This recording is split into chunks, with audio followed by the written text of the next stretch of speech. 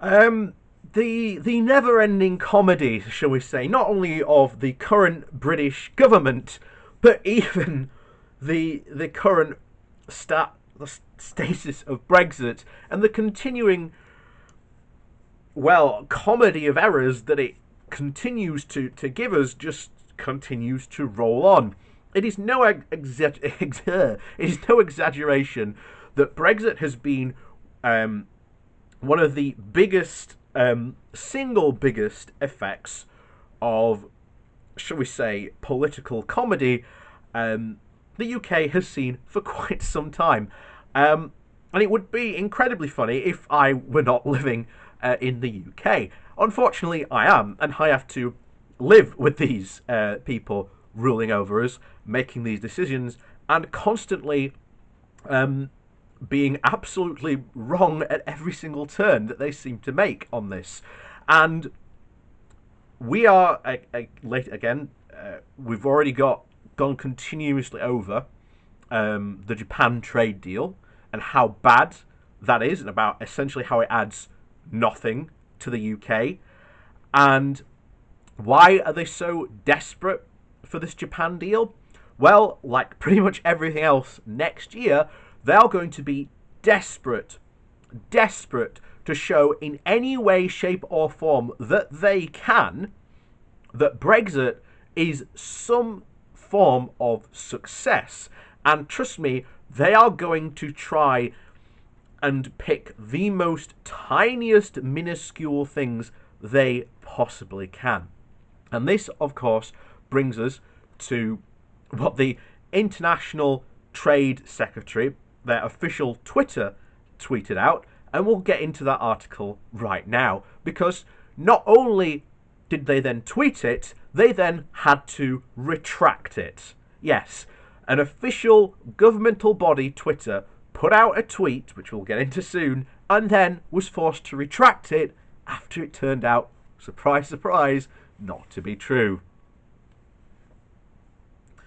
So this comes from The Independent, and the title of the article is basically as it says: government backtracks over false claim soy sauce will be cheaper after Brexit.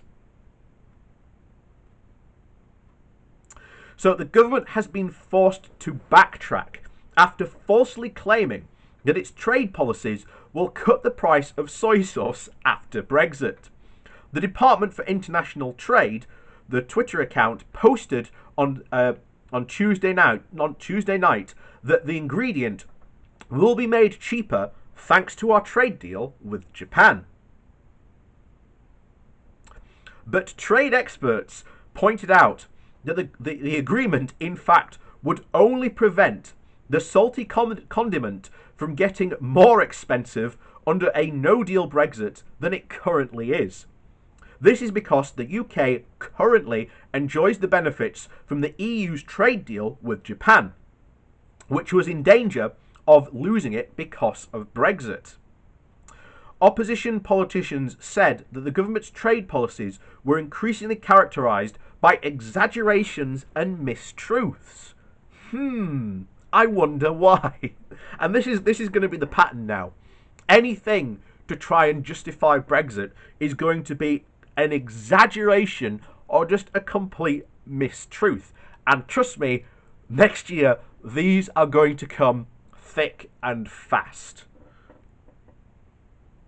So Sam Lowe, a trade expert at the Centre for European Reform, described the department's claim as just downright naughty.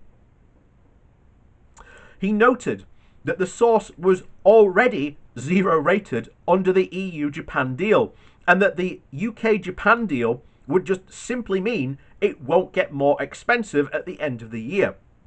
Others pointed out that the leading brand of soy sauce sold in the UK, Kikokoman, is a product that produces its sauce for the British market in the Netherlands.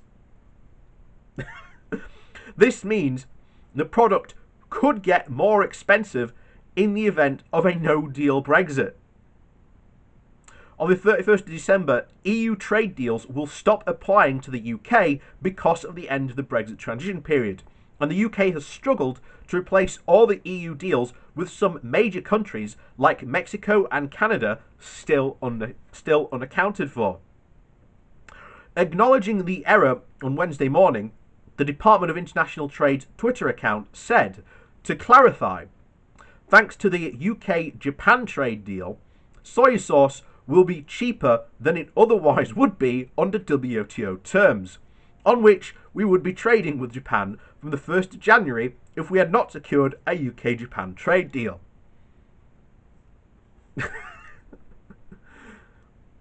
The incorrect tweet, however, remains undeleted. It has been retweeted over 90 times and quote tweeted over 2,200 times, mostly critically. Labour's Shadow International Secretary Emily Thornberry said that the soy sauce episode was the illustration of a much bigger problem with the government's entire approach to trade. For 4 years, the DIT has been over-promising and under-delivering when it comes to our trade deals, then constantly trying to fill the gap with exaggerations and mistruths, she said. And that is what it is going to be exactly like next year. They are going to be absolutely desperate. And for the whole thing of the soy sauce thing, at the moment, the most popular brand, as was said there, what was it? Kikkoman, I think it was. Yeah, Kikkoman. That sauce is produced in the Netherlands, meaning that it will have to cross a trade barrier, which more than likely will mean that soy sauce will be more expensive, especially if it's being produced in the Netherlands, which is in the EU. You know, it's just... it is just an absolute madness, the situation that we are in. And this is just the start, because next year, the Brexiteers especially, including the Brexit supporting newspapers, are going to try their damned hardest to try and prove that Brexit was some sort of success. Now, most of you know that, as you can see back here, why this remains blank for the time being is I am waiting for one of those Brexit supporting newspapers to print the article of "This isn't the Brexit we voted for." Because, just as was said in that article, they are over-promising and under-delivering on what they can actually achieve. And this is exactly what encapsulates Brexit as a nutshell. The Brexiteers promised people up and down this country that Brexit would somehow improve their lives. It is not in any way, shape or form. Not only that, we are doing this in the midst of one of the deepest recessions we haven't seen. We are going to see potential unemployment soon be absolutely sky high, probably from the likes of which we probably haven't seen since the 80s.